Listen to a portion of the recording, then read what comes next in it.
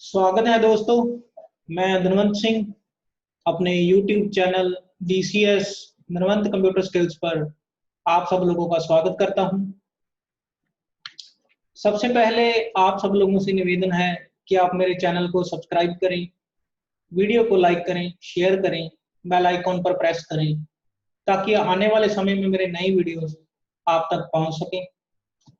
आज मैं आपके लिए ITI ट्रेड्स में एक कॉमन सब्जेक्ट होता है सभी ट्रेड्स में, एम्प्लॉयबिलिटी स्किल्स, उसका एक यूनिट है इंग्लिश लिटरेसी, उसका एक टॉपिक डिक्शन पार्ट 1 मैं आपके लिए लेकर आया हूं। आज के लेक्चर में हम डिस्कस करेंगे डिक्शन क्या होता है, इंग्लिश स्पीकिंग में, राइटिंग में इसका प्रयोग कैसे किया जाता है। आज हम उसके बारे में बात करेंगे। बहुत ही इंपॉर्टेंट टॉपिक है, ध्यान से सुनिएगा। सबसे पहले हमारे लिए यह जानना बहुत ज़रूरी है कि डिक्शन क्या होता है, इसकी डेफिनेशन क्या हो सकती है। सबसे पहले हम स्क्रीन पर लिखी हुई डेफिनेशन को पढ़ने की कोशिश करते हैं। स्टाइल ऑफ स्पीकिंग और writing as depend upon choice of words. कहने का मेरा मतलब है बोलने का तरीका, लिखने का एक ऐसा तरीका जो निर्भर करता है शब्दों के चुनाव पर। यानी कि आप अगर इंग्लिश स्पीकिंग कर रहे हैं, इंग्लिश में बोल रहे हैं, तो आपके शब्दों का चुनाव कैसा है। अगर आप लिख भी रहे हैं, राइटिंग कर रहे हैं, तब भी आप कौन सी वोकैबुलरी का प्रयोग करते हैं, कौन से शब्दों का चुनाव करते हैं, ताकि जो आपकी स्पीकिंग है या आपकी जो राइटिंग है वो इम्प्रेसिव हो सके, उसका प्रभाव जो है दूसरों पर पड़ सके, उसे हम डिक्शन कह सकते हैं। यानी कि कहने का मेरा मतलब choice of words while speaking और राइटिंग। अभी हम जानने की कोशिश करते हैं। मैंने आपके लिए डिक्शनरी मीनिंग निकाला है डिक्शन का। मैंने गूगल पर डिक्शन को टाइप किया और उसका हिंदी में मतलब जानने की कोशिश की, तो आपके सामने स्क्रीन पर आपको नजर आ रहा है, एक तरफ डिक्शन लिखा हुआ है और दूसरी तरफ उसका हिंदी में मीनिंग लिखा हुआ है शब्द चयन, यानी कि शब्दों का चुनाव करना। डिक्शन को हम एक्शन का सिनोनियम भी बोल सकते हैं। अगर आप डिक्शन का सिनोनियम फाइंड आउट करोगे तो एक्शन आएगा। यानी कि एक्शन क्या होता है कि जब उच्चारण हम कैसे करते हैं शब्दों का, यानी कि शब्दों को बोलने का तरीका, बोलने का ढंग, उच्चारण करने का तरीका, लिखने का तरीका, प्रोनाउंस करने का तरीका, यह सब चीजें डिक्शन में आ जाती हैं। तो एक बार फिर मैं आपको बताना चाहूंगा, डिक्शन का मतलब होता है लिखते समय, बोलते समय शब्दों का चुनाव करना, ताकि जो आप बोल रहे हैं या जो आप लिख रहे हो वो प्रभावशाली हो सके। डिक्शन में हम काफी सारी चीजों का ध्यान रखते हैं। अगर आप अपनी इंग्लिश स्पीकिंग को अच्छा बनाना चाहते हो या इंग्लिश राइटिंग को अच्छा बनाना चाहते हो, तो कुछ चीजों का ज्ञान आपको होना चाहिए। उसमें द कैपिटल लेटर्स होते हैं, हमारे पास नाउन्स होते हैं, pronouns, verbs, adjectives, articles, prepositions, conjunctions, interjections और पंक्चुएशन मार्क्स। इन सब चीजों का ध्यान रखते हैं। आज के वीडियो में हम 3 चीजें डिस्कस करेंगे, द कैपिटल लेटर्स, नाउन्स और आर्टिकल्स। ये सभी टॉपिक, अब बाकी के जो टॉपिक बचे हैं वो आने वाले वीडियोस में हम डिस्कस करेंगे। आज के हमारे मुख्य टॉपिक हैं कैपिटल लेटर्स, नाउन्स और आर्टिकल्स। सबसे पहले हम बात करते हैं कैपिटल लेटर्स की। जब भी आप इंग्लिश में कोई बुक रीड कर रहे हो, पढ़ रहे हो, कोई किताब पढ़ रहे हो या कॉपी पर लिखा हुआ पढ़ रहे हो या कोई उपन्यास या नॉवल पढ़ रहे हो इंग्लिश में, तो आप पैराग्राफ को पढ़ते हो, सेंटेंस को पढ़ते हो, पेज पर लिखा हुआ पढ़ते हो, तो आप देख पाते हो कि सेंटेंस के अंदर, पैराग्राफ के अंदर काफी सारे जो शब्द हैं वो कैपिटल लेटर्स में लिखे हुए हैं। जहाँ जो शब्द का जो स्टार्टिंग लेटर है, लिखने का जो शब्द हम लिखते हैं उसका जो स्टार्टिंग लेटर है वो कैपिटल में है। अब हम उसके बारे में बात करते हैं। सबसे पहले हम स्क्रीन पर लिखा हुआ पढ़ते हैं कि क्या लिखा है मैंने। Use Capitals for proper nouns. Capitals का प्रयोग यानी कि कैपिटल लेटर्स का प्रयोग प्रॉपर नाउन्स यानी खास नाउन्स जो होते हैं, खास नाम जिसे हम बोलते हैं, खास तरीके के नाम जो होते हैं, उनके लिए हम कैपिटल लेटर्स का प्रयोग करते हैं, यानी proper nouns. In other words, capitalize the name of people, specific places and things. कहने का मेरा मकसद है कि कुछ खास जो लोगों के नाम जो खास होते हैं, कुछ खास तरीके की जगह होती है जो यूनिक होती है जगह, उसका नाम होगा। कुछ चीजें जो दुनिया में खास हैं, उनके जैसा कोई और नहीं है, उनका जो स्टार्टिंग लेटर होता है नाम का, उन्हें हम कैपिटल्स में लिखते हैं। एग्जाम्पल देख लेते हैं। फॉर एग्जाम्पल मैंने एक लिया है, the word country would not normally be capitalize. हम जब कंट्री शब्द को लिखते हैं उसे हम कैपिटलाइज नहीं करते। But we would have to write China with capital C because it is the name of the specific country. जब हम किसी कंट्री का नाम लिखते हैं, मान लीजिए मैंने चाइना का नाम लिखना है, तो चाइना का जो सी है यानी कि जो फर्स्ट लेटर है वो मैं कैपिटल लिखूंगा, क्योंकि चाइना एक खास तरह की कंट्री का नाम है, एक यूनिक नेम है। उसी प्रकार से जब हम इंडिया लिखेंगे तो इंडिया का जो आई है उसे हम कैपिटल में लिखेंगे।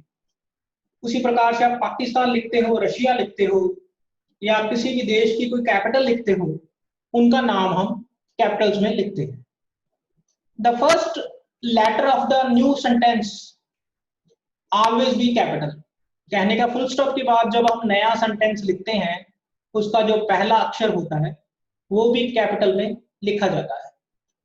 ये इंपॉर्टेंट चीजें हैं, इनका हम ध्यान लिखते समय, बोलते समय, प्रोनाउंसिएशन के वक्त भी हमें इनका ध्यान रखना चाहिए, तभी हमारी जो इंग्लिश है वो असरदार हो सकती है। कुछ एग्जांपल्स मैंने ली हैं, आप सामने लिखी हुई एग्जांपल्स को पढ़ते हैं हम। New Delhi is the capital of India. जो न्यू दिल्ली है इंडिया की कैपिटल है, तो इसमें न्यू दिल्ली जो शब्द है उसको कैपिटल्स में लिया है। इंडिया का आई जो है कैपिटल में लिया गया। The national language of India is Hindi. Bharat की जो राष्ट्रीय भाषा हिंदी है उसके बारे में लिखा था, national language of India is Hindi, तो हिंदी का एच जो है कैपिटल में लिया गया है। Our national flag has 3 colours such as saffron, white और ग्रीन। हमारा ध्वज है, राष्ट्रीय ध्वज है, उसमें 3 कलर है, केसरी है, व्हाइट है और ग्रीन है। यानी कि सैफरन को एस को कैपिटल में लिया गया है, व्हाइट को कैपिटल में लिया गया है, ग्रीन को कैपिटल में लिया गया है। इसका मतलब यह है कि ये यूनिक कलर्स हैं जो हमारे नेशनल फ्लैग में होते हैं, तो सेंटेंस के अंदर इन्हें कैपिटल में लिया गया है। You can take many more examples. आप इस तरह की और भी एग्जांपल जो है पढ़ सकते हो, लिख सकते हो। अब हम बात करते हैं नाउन्स की। A word used to identify any class of people, places, animals etcetera is called noun. कोई भी शब्द जो किसी लोगों को रिप्रेजेंट करता है, किसी जगह को रिप्रेजेंट करता है, एनिमल्स को रिप्रेजेंट करता है, बर्ड्स को रिप्रेजेंट करता है, किसी क्लास को रिप्रेजेंट करता है, उसे हम नाउन या नाम बोलेंगे।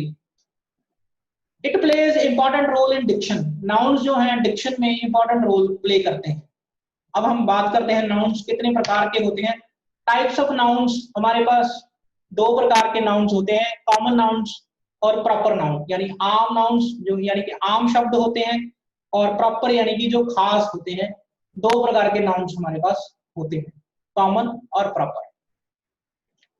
सबसे पहले हम बात करते हैं कॉमन नाउन्स की। Common nouns are words for people, animal, places, things.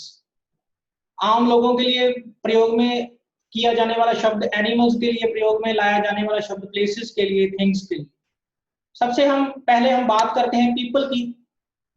People जो है, लोग जो है, डांसर हो सकते हैं, डेंटिस्ट हो सकते हैं, प्लेयर हो सकते हैं, बेकर हो सकते हैं। एनिमल्स हमारे पास कैट हो सकती है, काऊ हो सकती है, डॉग हो सकती है, टाइगर हो सकती है। प्लेस हमारे लिए शॉप हो सकती है, पार्क हो सकती है, लाइब्रेरी हो सकती है। ये सभी जो है एग्जांपल्स हैं नाउन्स की, जो कॉमन जिंदगी में प्रयोग में लाए जाने वाले नाउन्स हमारे पास होते हैं। अब हम बात करते हैं प्रॉपर नाउन्स की। प्रॉपर नाउन्स क्या होते हैं? Proper nouns are names for particular people, places, things. They always begin with the capital letter. जो खास नाम होते हैं लोगों के हो सकते हैं, प्लेस किसी जगह का नाम हो सकता है, किसी थिंग का नाम, किसी वस्तु का नाम हो सकता है, और हमेशा जो प्रॉपर नाउन है वो कैपिटल लेटर में लिखा जाता है।